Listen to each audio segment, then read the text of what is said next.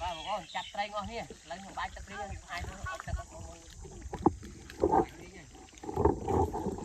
Lấy không, lấy mơ chặt tay, lấy tay chặt mang nó, quạt, quạt to. Để bán luôn mặc to rồi. Đấy, là không thế này. Tay không chết đâu có đó, tay tật thái prang này nè, lịch rồi. Ở chăm mơ chắp đi tay này kia đấy, ôn mơ đấy, khơi này nắng à, ba nhom lịch thoa lấy thoa tụi bọn ôn mơ sần. Này, bà một tiếng ôn cái đấy, có đó bằng có tay, có tay nhẹ này, ôn đã có comment mà bà. Tất cả mù ôn. Bữa tiệt mù ôn này, mình tay. Đi.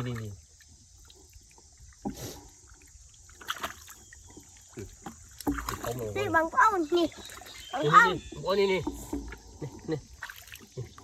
Dạ. Ôn đây, một đây. Đại men. Đây.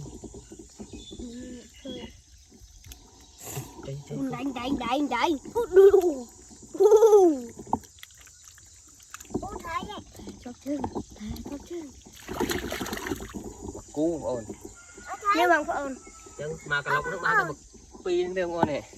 Anh sang sai đi màu, anh mê nè, có miền po này. Một cu. Cái nơi nữa một cu. Rồi thôi là một miền một cu nương mền. Đi chấm pa. Tao Tao thấy không á. Thầy không á. Thầy đâu thầy không à. Thầy chết vô mà. đúng vậy. Thầy bắt của tôi đang ngờ mình nè. Hả? Tôi bắt đang ngờ mình nè. Thầy. Ủa gì mũi đại một chứ. Đây đến bà. Bảy, mình tì không? Với con tay tất cả. Con tay tất cả bạc vô. Nè, cô vậy. Ô này, khơi tôi vậy. Ôi, sao thành một cu đây nữa. Plan kia đâu. Ban tầm plan.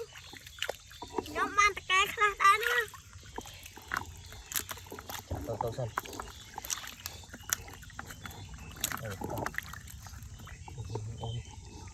Rùi phóng. Tình đáy rùi phóng. Thủ chành. Thời hạn. Bắt sân, bắt hai bạn táo đi.